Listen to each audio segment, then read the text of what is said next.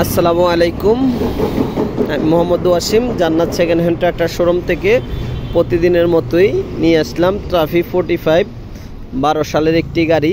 যাদের প্রয়োজন হয় ইনশাআল্লাহ স্ক্যানে থাকা নাম্বারে কল দিবেন এবং নেবেন।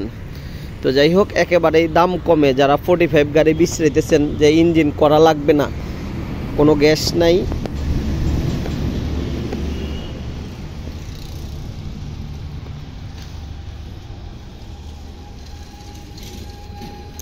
সিল ব্রেক গাড়ি যদি কারো লাগে হাইড্রোলিক করা